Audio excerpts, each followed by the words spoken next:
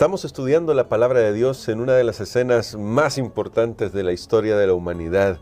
Ayer ya estudiábamos el tema de la crucifixión, pero dentro de todo esto también necesitamos prestar atención a algunos detalles que son importantes para nuestra vida espiritual.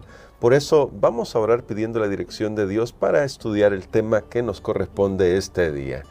Querido Dios y Padre eterno, gracias por lo que a ti te costó nuestra salvación. Gracias por el sacrificio infinito de nuestro Señor Jesucristo, tu Hijo amado.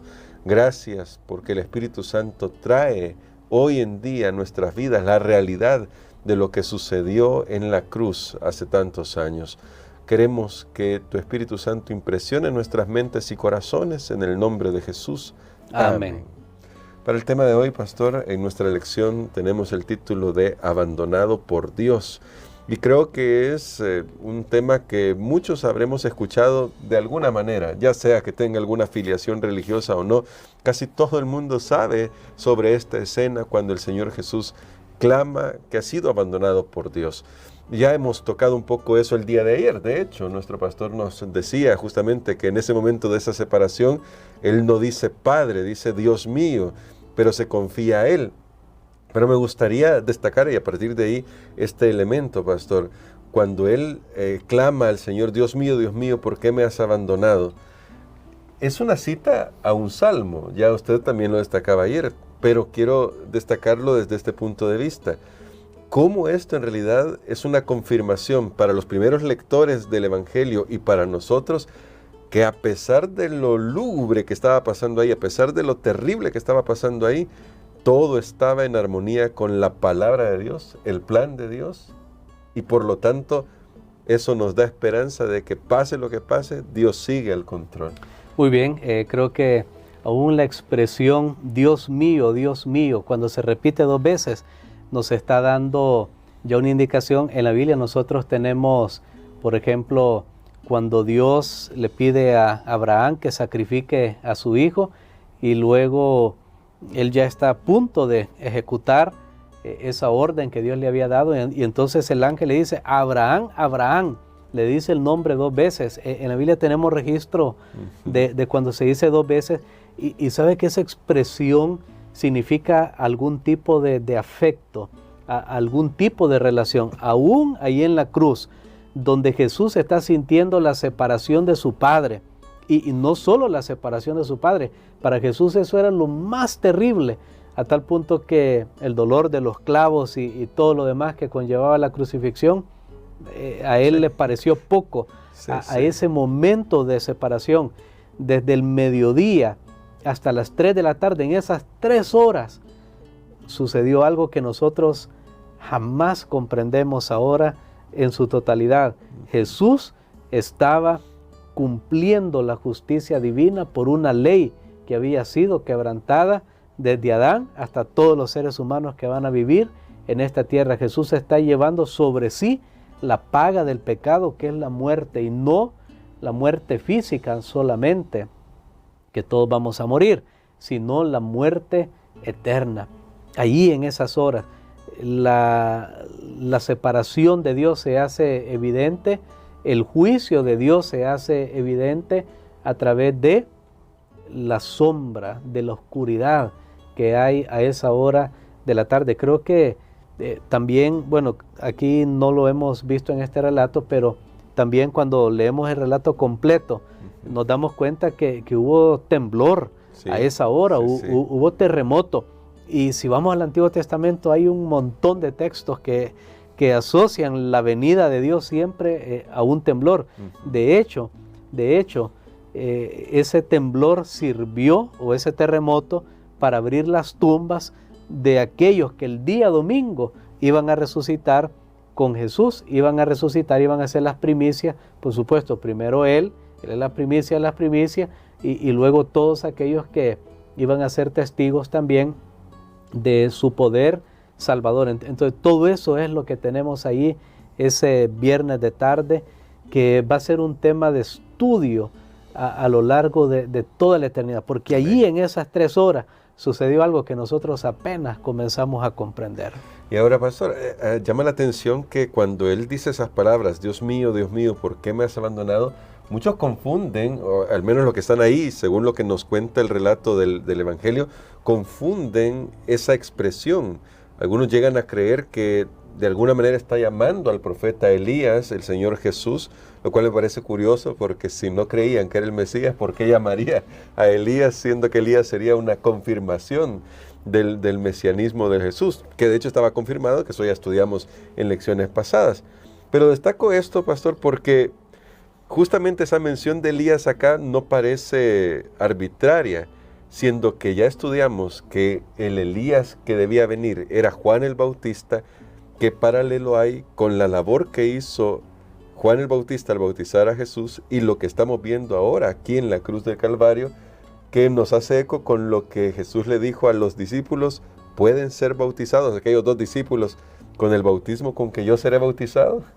Bueno, creo que aquí nosotros tenemos, ya lo había mencionado anteriormente, diferentes personas que cada uno está tomando su decisión con respecto a Jesús. Nadie puede quedarse frente a ese sacrificio sin tomar una decisión.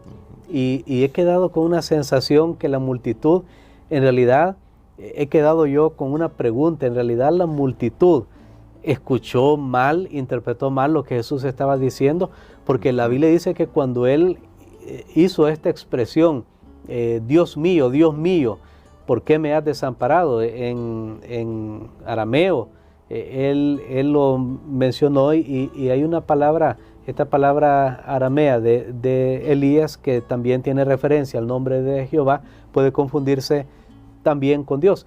Pero ¿no será que ellos están haciendo una burla? Y ellos saben que Jesús ha nombrado a Dios, pero ellos dicen, no, que va a venir Dios a este lugar aquí a rescatarlo. Va a venir Elías, porque había un concepto de que Elías era el que iba a llegar a auxiliar a las personas que estaban en una crisis. Ese era un concepto que ya había en el medio. Entonces tal vez ellos burlonamente dicen, está llamando a Elías, sin saber, y volvemos a los contrastes y las ironías, sin saber que esa burla en realidad tiene una connotación, porque entonces llegamos ahora a un arreglo que justamente lo que está sucediendo al final de la vida de Jesús es lo que pasó al principio de su ministerio, donde Dios confirmó ese ministerio a través de su bautismo, y ahora al final que él está siendo bautizado en sangre, hay una confirmación con los mismos elementos que nosotros vemos al principio. Entonces es increíble, es extraordinario esto que hemos estado estudiando, que aún las burlas, aún los planes del ser humano siempre están contribuyendo, aunque sean en contra, siempre están contribuyendo en el gran plan de Dios. Y creo que esta es una seguridad para nosotros también, cuando no vemos sentido a las cosas que pueden estar pasando en nuestra vida o en el mundo, pero saber que Dios siempre está al control. Amén. Y justamente en este paralelo solo vamos a destacar un aspecto que me parece muy curioso, pastor, y quisiera que usted lo comentara. Cuando dice el verso 38 y 39 de Marcos 15. No hemos leído todos los textos, hay varios pasajes aquí, pero le invitamos a que usted lea y relea. El Marcos 15 es maravilloso lo que Jesús ha hecho por nosotros y debemos recordarlo siempre. Pero verso 38 y 39 dice, entonces el velo del templo se rasgó en 2 de arriba a abajo, y el centurión que estaba frente a él, viendo que después de clamar había expirado así, dijo, verdaderamente este hombre era hijo de Dios. Y tomando el paralelo del que ya mencionábamos un poco antes, de que Jesús, cuando fue bautizado, la voz del cielo, que era el Padre, dijo, este es mi Hijo amado, con ahora un ser humano, un centurión, de hecho un gentil, que confirma que él, verdaderamente, este hombre era el Hijo de Dios. ¿Qué nos dice esto y qué esperanza nos ofrece este mensaje? ¿Qué hay aquí para nosotros, pastor? Bueno, realmente usted tiene razón al decir hay que volver a leer, y creo que lo habíamos comentado fuera de cámaras, que valdría la pena leer todos los relatos de los 4 evangelios para ver la riqueza que hay allí, la belleza con respecto a la muerte de Jesús, a todo lo que cumplió. Creo que ahí debemos gastar nuestra mente, nuestra energía, en vez de ver otras trilogías, películas, otras cosas que no nos van a ayudar en nuestra salvación, ¿verdad? Pero bueno, el velo del templo se rasgó y ahí hay una gran esperanza, ¿saben? El templo tenía unas 12 cortinas, pero había una que separaba el lugar santo del lugar santísimo. Y en esta estructura, en este templo, se conoce que esa cortina tenía unos 18 metros de altura. Wow. Y entonces la palabra de Dios dice, el velo se rasgó de arriba hacia abajo. Eso era porque ya el santuario estaba quedando obsoleto, ya caducaba su funcionalidad, porque ahora las sombras habían encontrado la realidad. Ya no iba a ser más necesario un sacrificio de un cordero, ya no iba a ser más necesario un santuario terrenal, porque Jesús estaba abriendo el camino a la salvación. Y de hecho hay un libro, ya lo hemos estudiado también, el libro, la carta o el mensaje a los hebreos, nos da a nosotros una visión de que ahora a través de Jesús nosotros tenemos acceso directo a las bendiciones de Dios, al trono universal. Y todo esto está sucediendo, pero ahora hay aquí algo que llama la atención. Un centurión romano, un gentil, un pagano, confiesa hasta el final del libro que Jesús es el Hijo de Dios. Y ¿sabe por qué esto es tan importante en nuestra historia de Marcos? Porque tenemos ahí en Marcos 1:11, en el bautismo de Jesús, es Dios que dice, este es mi Hijo amado. Tenemos luego la confesión de Pedro en Marcos 8:29, que Él es el Cristo. Y solo hay un humano en todo el libro, que confiesa que Jesús es el Hijo de Dios. Imagínense qué interesante. Y no es un judío, es un pagano, es un gentil.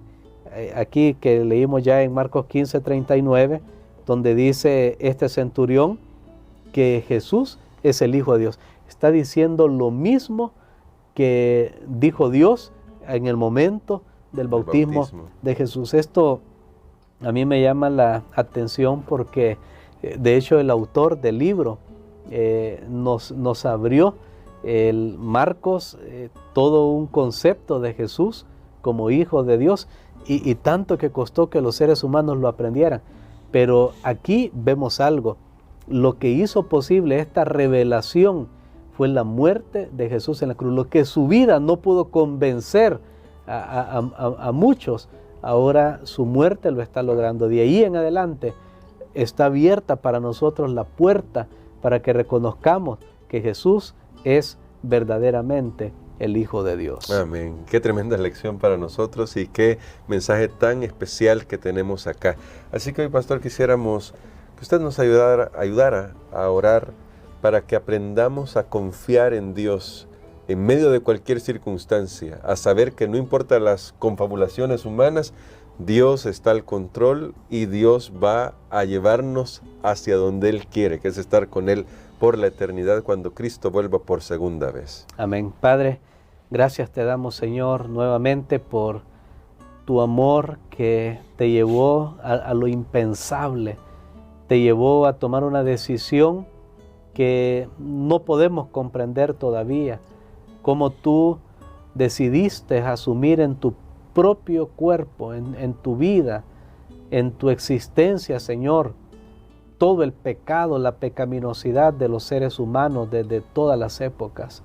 Señor, grande es tu amor, te alabamos. Ayúdanos para poder aceptar hoy libremente esa salvación tan grande. Ayúdanos a reconocer que Jesús no solo es un buen modelo de vida, no solo es un buen ejemplo para seguir, no solo tuvo una vida perfecta, sino que tuvo una muerte vicaria, sustitutiva, en la cual tomó nuestros pecados. En el nombre de Jesús. Amén.